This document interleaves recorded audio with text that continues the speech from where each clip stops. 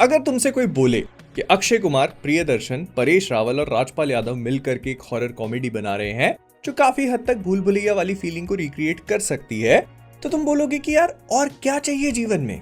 लेकिन चीजें जितनी सिंपल है उतनी है नहीं।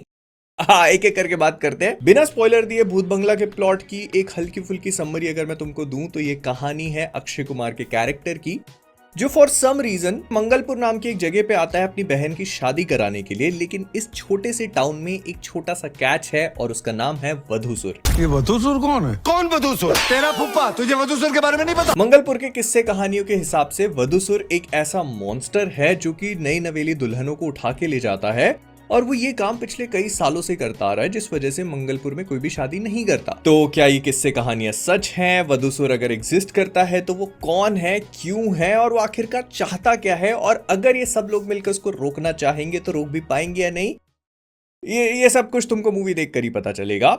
लेकिन अगर मैं डायरेक्शन से शुरू करूं तो प्रियदर्शन, जो कि भूल भुलैया नामक एक बहुत ही लेजेंडरी मूवी बनाने के लिए फेमस है, वो काफी हद तक इसमें वही सिमिलर चीजों को रिक्रिएट करने की कोशिश करते हैं। एंड व्हेन आई से कोशिश करते हैं तो मतलब सबसे पहले तो यहाँ पे प्रियदर्शन का वो जो ट्रेडमार्क ह्यूमर हम लोग इतने लंबे टाइम से देखते हुए आ रहे हैं ना, कि दो कैरेक्टर्स एक दूसरे से बात कर रहे हैं, उनके बीच में बैंटर होता है, उसी के थ्रू ह्यूमर को प्रोवाइड करने की कोशिश करी जाती है। It totally exists here. लेकिन मेरे लिए वो थोड़ा सा हिट एंड मिस रहा। मतलब कई जगहों पे वो बहुत ही ब्रिलियंट तरीके से काम करता है। एंड व्हेन आई से ब्रिलियंट मतलब बहुत ही बढ़िया तरीके से, भाई आप तुम हंस के मजा ही आ जाएगा तुमको।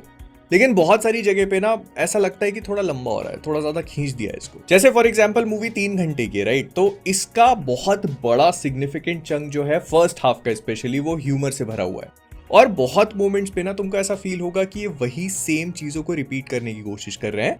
मतलब स्टार्टिंग में वो चीज बहुत ही फनी फील होती है क्योंकि सर्कमस्टेंशियल सिचुएशनल कॉमेडी है। कोई गिर रहा है तो उसके ऊपर हंसी और उसके ऊपर जोक बनाए जा रहे हैं, कोई कूद के आ रहा है तो उसका पैर बाल्टी में फंस गया, या फिर एक इंसान किसी दूसरे को देख रहा है तो उसको उसके पीओवी से कुछ अजीब सा और वियर्ड दिख रहा है, अश्लील टाइप की चीज दिख रही है। तो ये वही प्रियदर्शन का जो एक्सेंट्रिक ह्यूमर हम लोग इतने लंबे टाइम से देखते हुए है ना, वो काफी अच्छे से दिया है मूवी में और इनिशियली वो वर्क भी करता है। लेकिन जब मैं तीसरी बार परेश रावल के पिछवाड़े में आग लगती हुई देख रहा था वही सेम जोक्स के साथ में, तो somehow it wasn't funny for me।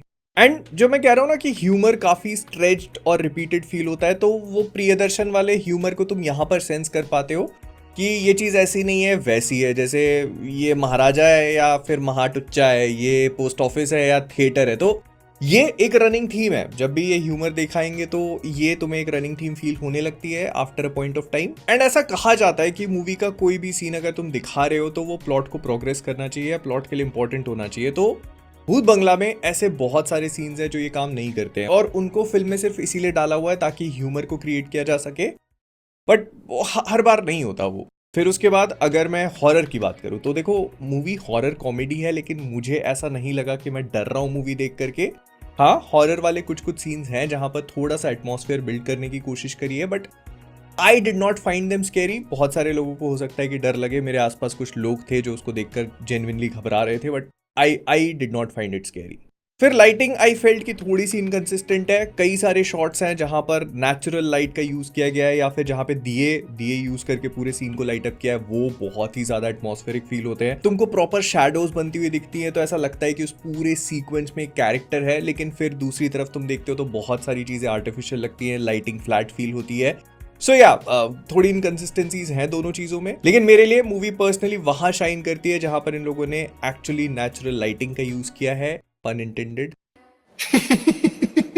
फिर इसके बाद कुछ कैरेक्टर्स ऐसे हैं जो मूवी लेकर के आती है, उनको थोड़े टाइम यूज करती है एंड देन भूल जाती है। स्पेशली राजपाल यादव का कैरेक्टर, वामिका गाबी का कैरेक्टर, ये कुछ ऐसे कैरेक्टर्स हैं जो मूवी में आते हैं और इनका एट वन पॉइंट काफी इंपॉर्टेंट रोल फील होता है, लेकिन उसके बाद सेकेंड हाफ में मूवी जैसे इनको गायब ही कर देती है, as if they never existed. I understand कि एक्सपोजिशन है, प्लॉट की डिमांड भी कोई चीज होती है, लेकिन मतलब थोड़ा सा इनकंसिस्टेंसी फील हुई मुझे यहाँ पर। फिर मूवी का बैकग्राउंड स्कोर भी मुझे ठीक ठाक ही लगा, मैं बहुत इंप्रेसिव नहीं बोलूंगा इसको। स्पेशली मूवी के जो गाने, थैंकफुली सिर्फ 3 ही गाने रखे इन्होंने पिक्चर में, लेकिन वो भी लंबे फील होते हैं और बहुत ज्यादा इंप्रेसिव नहीं लगते।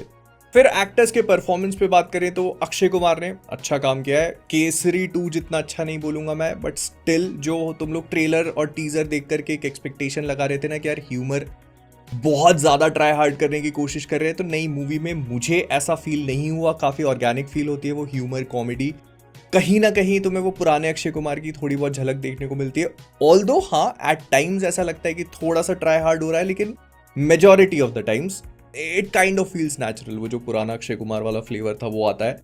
Paresh Rawal is like really good. Asrani साहब बहुत अच्छा काम किया उन्होंने भी। लेकिन मूवी देखने से पहले मैं तुमको कुछ चीजें क्लैरिफाई कर देता हूं ताकि तुम अपनी एक्सपेक्टेशंस को थोड़ा मैनेज कर लो। मैं समझता हूं कि पुरानी कास्ट रिटर्न कर रही है, प्रियदर्शन डायरेक्ट कर रहे हैं, अक्षय कुमार इज बैक, तो वो भूल भुलैया वाली पूरी फीलिंग रिक्रिएट हो सकती है। तो नहीं, ये वो पुरानी भूल भुलैया से ज्यादा जो कार्तिक आर्यन की भूल भुलैया है ना, उस वाली कैटेगरी में फॉल होगी। मतलब वो विद्या बालन और वो एटमॉस्फेयर कि भाई मूवी जब ह्यूमर दे रही है तो तुमको फनी भी लग रहा है, लेकिन जब सीरियस हो गई है हॉरर के साथ में तो तुम भी सीरियस हो जा रहे हो, डर लग रहा है।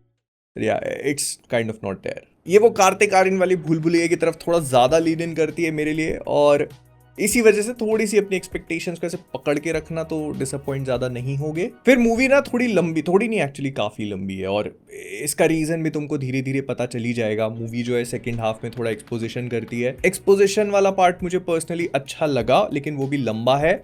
उसके अलावा कुछ सीन्स हैं जो रिपीटेड ह्यूमर वाले एलिमेंट को कैरी करते हैं, तो आई फील कि वो थोड़ा सा मूवी को स्ट्रेच आउट कर देते हैं, और ना इस वजह से मूवी थोड़ी बोरिंग हो जाती है। तो वो मतलब होता है ना, कांस्टेंट टेंशन मेंटेन करके चल रही है, बीच में थोड़ा बहुत ह्यूमर आ गया, फिर हॉरर आ गया, तो नहीं, मूवी ऐसा चलती है कि एकदम ह्यूमर ह्यूमर ह्यूमर, थोड़ा सा हॉरर, फिर ह्यूमर ह्यूमर ह्यूमर।